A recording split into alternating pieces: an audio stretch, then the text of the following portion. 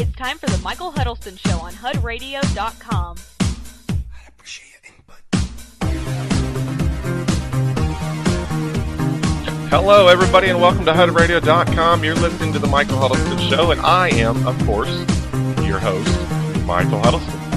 It is a pleasure to be with you, and I thank you very much for tuning in and listening to us and downloading or listening to us over the Facebook page, the YouTube page, or the website, whichever one you've chosen to do. That's just fine, because we have worked hard, to be honest, to put all that up there.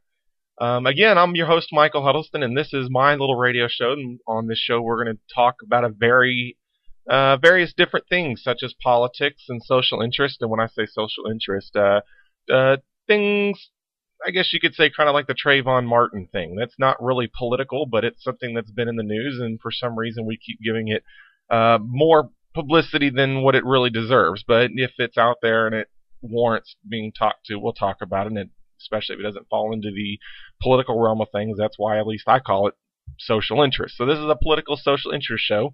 And so on today's show, we don't want to get into anything really big, really heavy. We just want to introduce you to the show. I want to give you a little bit about myself, who I am, because you really can't delve into what we're talking about unless you know where I stand on things, because that's really big about it.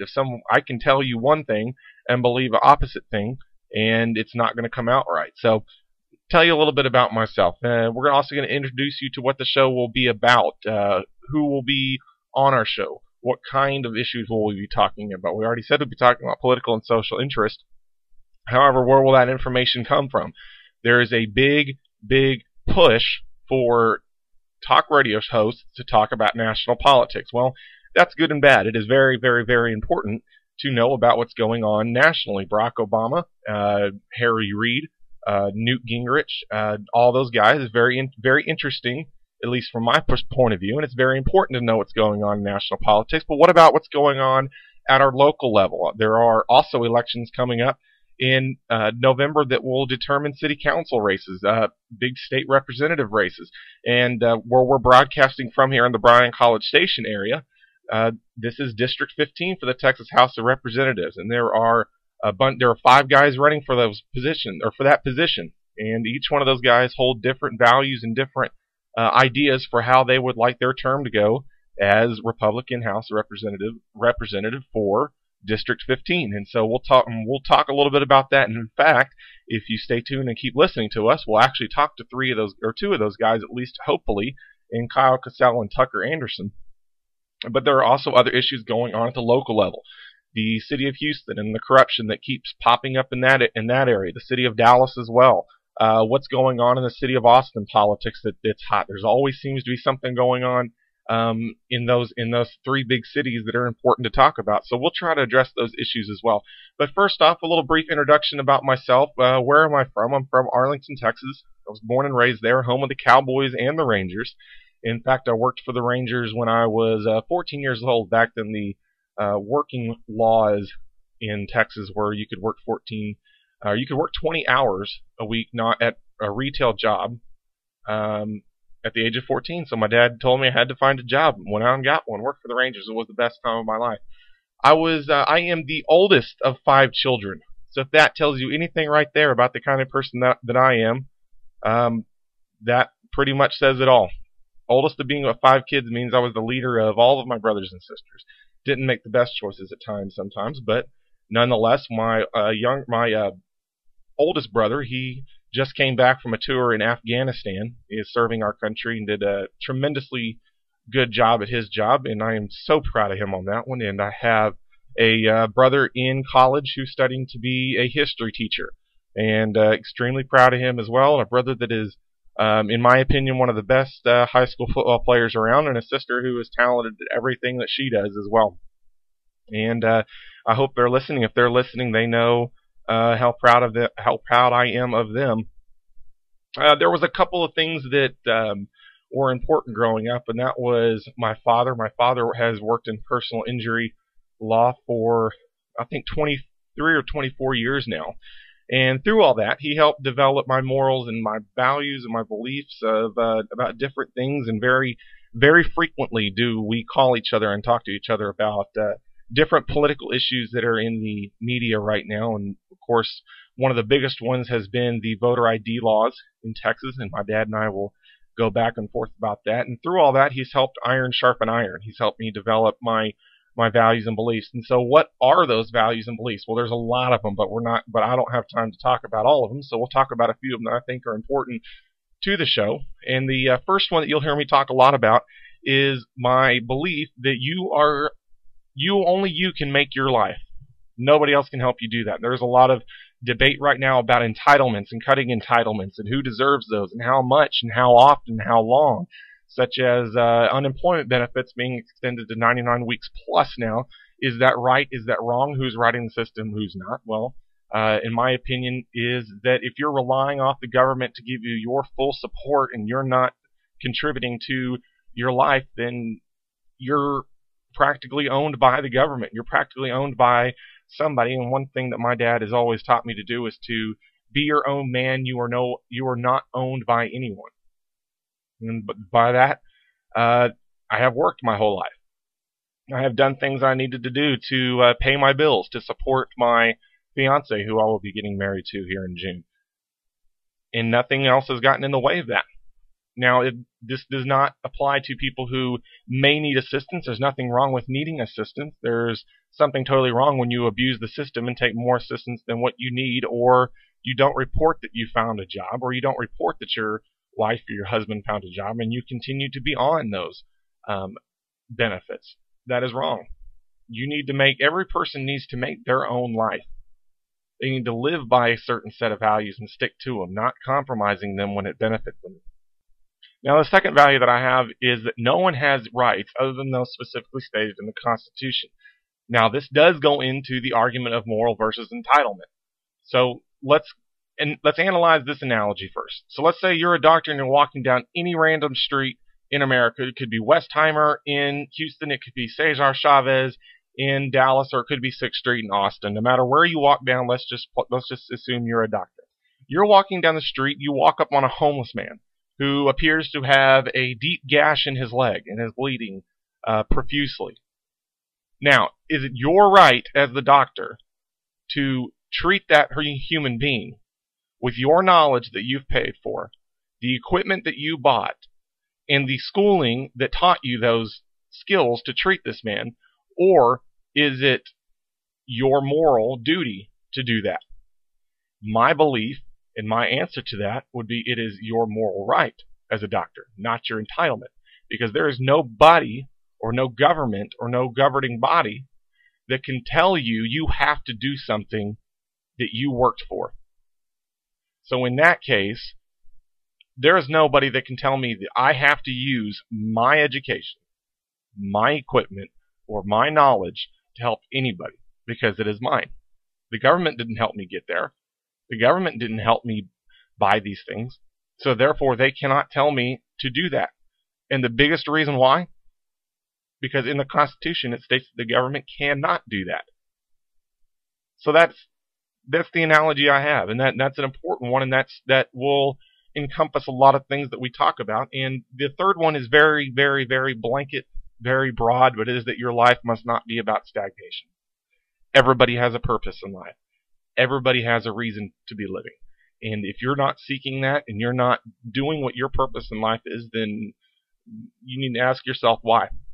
That's just the blanket, broad statement that I believe in. And the fourth one would be is that family is first. My family is always going to come first before anything. My family will come first before this radio show, before anything that I commit to, before my family, just because that's what's important to you. You don't realize how much you need your family until it's not there. And that was something that my brother and I had a conversation about when he came back from Afghanistan.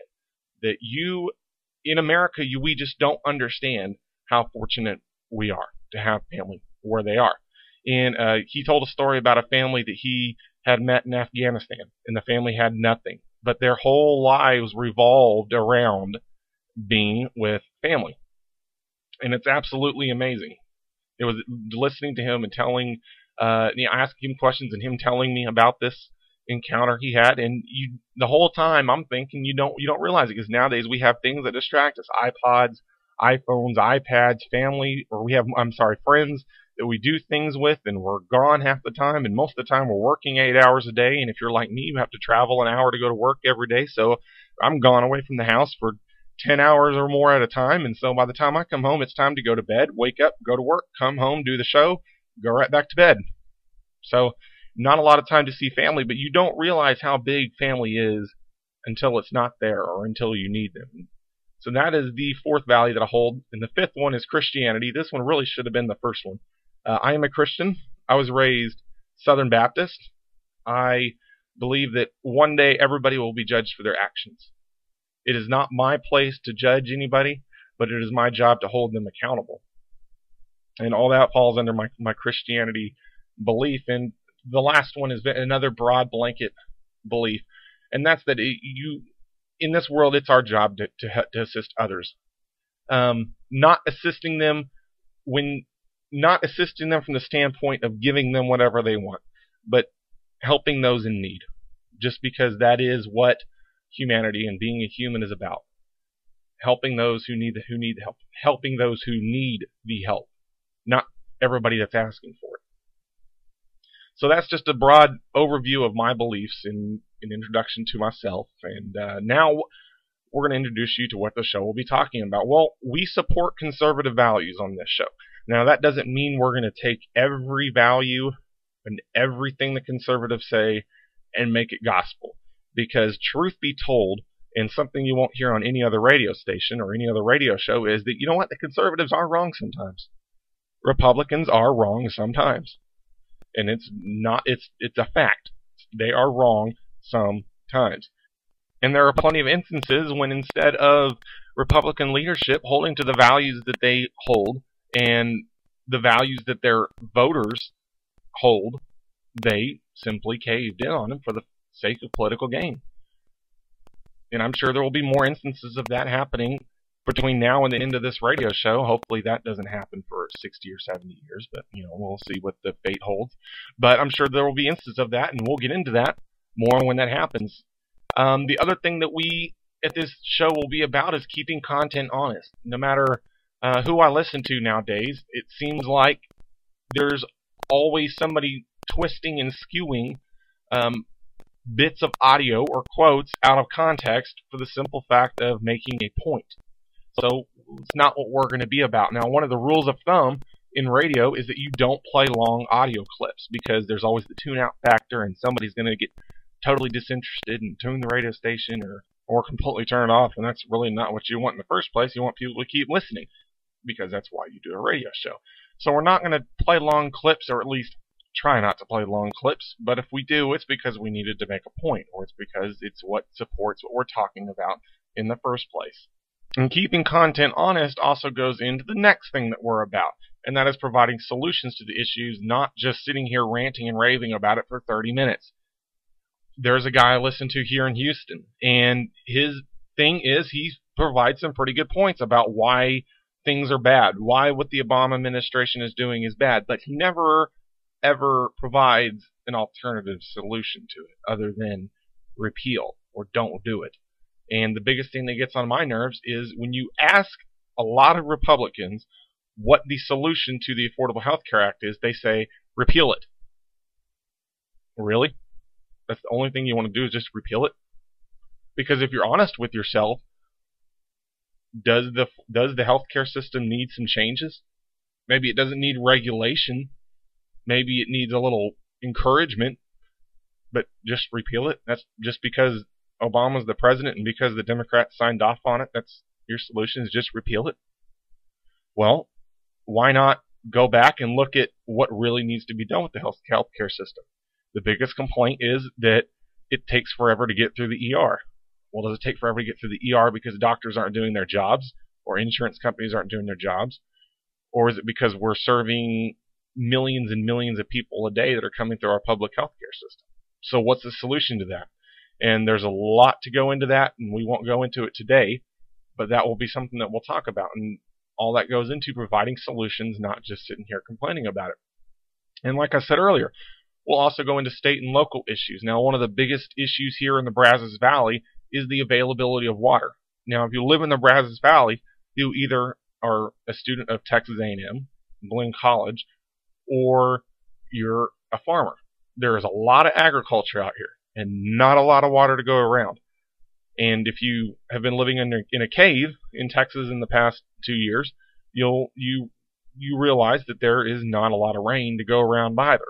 And hopefully that will change. And I heard somebody on KHOU this morning explaining how that could be different this year. And so I'm not going to cross my fingers, but we'll see. There's also other issues like the population explosion in the Dallas, Fort Worth, and San Antonio areas. And that also goes into the housing crisis and the availability of new and pre-existing homes and how people are able to get financing for those, because everybody's got to have shelter somewhere. So we'll go into that issue as well. Also, there's issues along the Gulf Coast dealing with past hurricanes, like Hurricane Ike. If you don't know anything about Hurricane Ike, it completely devastated and nearly wiped out the entire town of Galveston, all the way from the Bolivar Peninsula down towards probably Port Arthur. But that whole economy is coming back. We were on Galveston Island a few weeks ago, about a month ago maybe now it's been, and there is still a lot of damage and a lot of visible scars from Hurricane Ike, but the whole town itself is pretty much coming back to normal, and that's a good thing for Texas tourism. And you look down south towards the coast, towards Port Aransas and Corpus Christi, they've done a tremendous job cleaning up the beaches, and a lot of people are flocking to Texas beaches now. And so there's a lot of issues going on with that and the health of the environment down there and Texas tourism and all that. So the other thing we want from you is we want your opinions. We want to know what you think. We want you to argue with me. Please argue with me. I'm not always right. And if I'm not right, please tell me why, and we'll discuss it, hopefully on the air. There may be an occasion where you bring up a really good point, and the only way I can portray that point is to have you on the show with me. So if you have a comment or you have a discussion that you want to get started, go to our Facebook page, again, www.facebook.com/mhradioshow, and post on our wall and start a discussion. I'll be more than happy to talk with you about about your concerns or about your issues. And that's really what drives our radio show, is your concerns and your comments. We're almost out of time, but I want to give you a quick heads up on what's coming up on the program, what to watch for. Again, we're in the middle of election year, and living here in the Brazos Valley, we're going to have the candidates for District 12 on our show, hopefully, and those are going to be Tucker Anderson, Chris Scotti, and Kyle Cassell. So hopefully they'll come on our show and do an interview with us, so stay tuned for that. We will also try to have Charlie Parker. He's running for District 1 Arlington City Council, and hopefully we'll have him on to talk issues about the state as far as Arlington City politics. Arlington is a hot and big town right now, so that will be very interesting to talk about, and especially considering it's got a hometown connection to it as well. Well, we're out of time. Thank you for joining us and listening to our first pilot show in our history, and please forgive us if it was absolutely horrible. And that's why we have pilot shows, to go back, listen to it, and figure out where we need to get better. But again, leave your questions, leave your comments, your concerns, your reviews of the show on our Facebook page, and I will gladly read them and get to you. So until next time, thanks for joining us. Join us next time for more of the Michael Huddleston Show. Be sure and check out the Facebook page at www.facebook.com/mhudradio.